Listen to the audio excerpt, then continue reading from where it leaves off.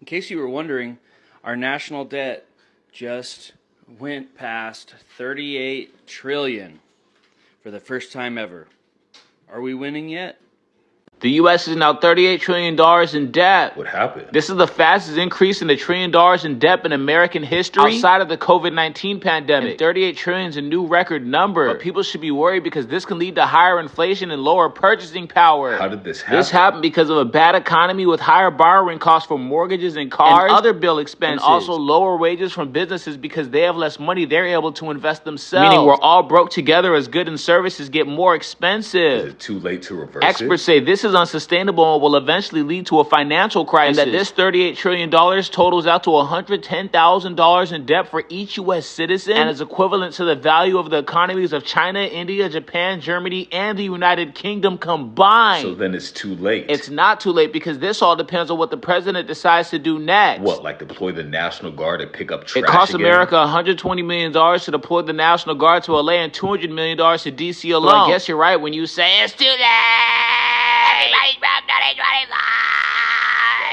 Biden's Breaking news, America has hit $38 trillion in debt. We've added $2 trillion just this year. That's not normal. Because of increased spending overseas and increased military budget and other things, the one big beautiful bill is already tacked on $2 trillion this year. And we haven't even passed the spending budget for next year. That's why the government is shut down. It is expected to exceed $40 trillion by the next few years, which is going to lead to inflation because in order to pay this off, America is going to have to print more money. And you get it, the more money you print, the less your money is worth. But for the United States government, that doesn't matter because they're able to simply print it quicker, so their money supply is equal to the amount they owe. But to the average person like me and you, our money that we continuously have is going to be less. Meaning that GDP for the country will increase, but the GDP per person will decrease. The country will get richer, while the average person will get poorer. Welcome back to my YouTube channel and thank you for clicking. Some people are saying that it's Trump's fault, others are saying it's Biden's fault. So who is really behind this? What's the reason of this increase of this debt? So I got a chance to get a very nice clip of a certain nice guy who just sat down and explained everything. So I don't want to lose your time.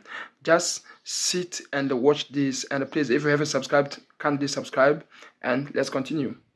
The American national debt has surpassed over $38 trillion for the first time in history. American national debt, more than any other country on this planet. Even to compile all the whole country on this earth, their debt is not up to $38 trillion. And now my question is, why will America borrow their own currency for the first time? Dollar is the world trading currency, and America still borrow from IMF and World Bank. Which organization run this IMF and World Bank? And why is it now that the Western mainstream media are showing us that America is owing $38 trillion in debt? Because, let me tell you, this IMF and World Bank are controlled by the Jewish organization. And the United States president have threatened to cut off their support to the Jewish state. Now, they are threatening the United States, showing them their debt more than any other country on this planet, to show you that America have been controlled by the Jewish organization. They have controlled America. They have controlled them entirely. There is no president of the United States have the mouth or the gut to sanction Israel, not to even cut off their military spending to Israel. Now, let me tell you, the United States believe they are the world superpower. But there is a doubt over this. There is a debate over this right now. Because Israel have controlled the United States. They have totally controlled the United States. And if they can control America up to this extent, that means they are the world superpower. Yes, no matter their population or their size, it doesn't matter. They control the United States. Most of the American billionaires today are all Jewish men. They have converted all American billionaires, like Allison them, Larry Page, even Mark Zuckerberg. All of them now are all Jewish men. They are the one responsible for funding all this genocide going on in Gaza. And I want to tell you, America is no more a superpower country. Israel have totally controlled the United States. They are now showing the world that America is owing more than $38 trillion in debt. Owing who? They are the one who own the IMF and World Bank. And they are still owing IMF and World Bank. So, who are the organization controlling this IMF and World Bank? Who are the one printing all these dollars? Because it has been obvious that America is not the owner of the money. They are borrowing it to supply to the world. So, which people are the owner of this money? Which people print these dollars and borrow to the United States? This is a very big question we need to ask. The Jewish state have converted most of the American billionaires and politicians into Judaism. I want to tell you, like Mark Zuckerberg, Larry Ellison, Larry Page, Michael Bloomberg, all of them today are all Jewish men. Not only that, both their politicians, like Donald Trump. Donald Trump we know as a strong Christian. Today, he's a Jewish man. Most of the American politicians today are into Judaism. Why? Because they need to support Israel. They were born to support Israel. They were born to fund all those genocide going on in Gaza. That's why we need to know that Israel is the one controlling the United States. They are the world superpower, not the United States. Because America is owing IMF and World Bank more than $38 trillion, more than any other country on this planet. Even to compare all the whole country on this planet, their debt is not up to $38 trillion. I bet you to do that. You will see. I want you to understand what I'm saying now. America owns the dollar. The dollar is the American local currency. They made it the world trading currency after the end of First World War in 1921. And today, they don't have the power to print their own money.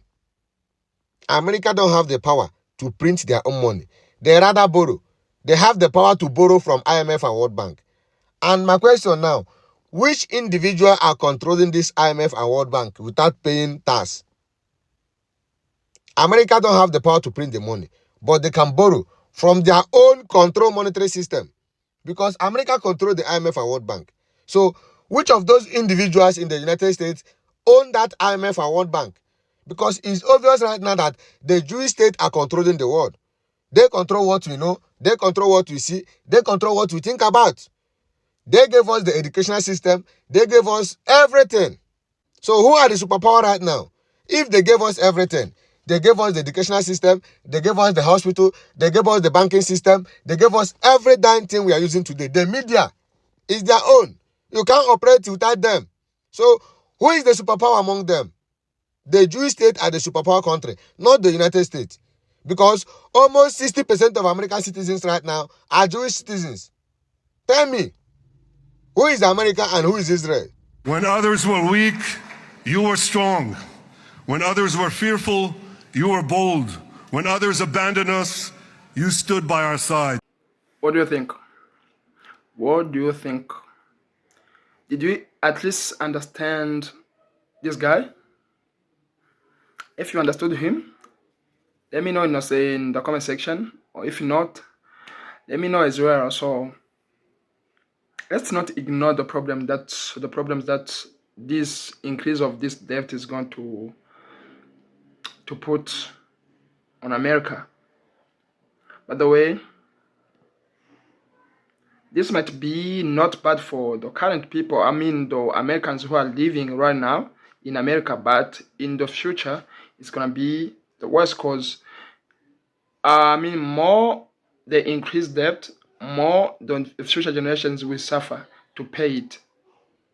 The U.S. is on an unsustainable fiscal path. The U.S. federal government's on an unsustainable fiscal path. And that just means that the debt is growing faster than the economy. I have the sense this worries you very much.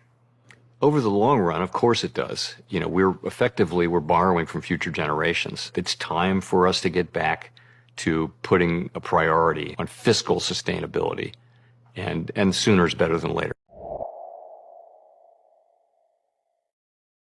The U.S. national debt has now surpassed $38 trillion, reaching this milestone faster than ever outside the pandemic era. That massive lead comes amid a federal shutdown and shows borrowing has spiked even with Washington stalled. Experts warn the impact won't stay in D.C. Higher interest payments mean less capital for homes, cars, and business investment across the country. If this trend continues, it could push up borrowing costs, reduce wages, and erode consumers' buying power. So while it's a headline number, it's your mortgage, credit cards, and daily life that might feel the pressure next. This is Newsloop. We summarize, verify, report. Civil discussion only. Stay in the loop. Yeah, that is it. And thank you for watching. I hope you enjoyed this video and maybe you learned a lot of things. Yeah, you can leave a comment below, and shouts to the owners of the clips used in this video. And I still remind you to subscribe to my channel, please, and let's meet in another episode. Bye.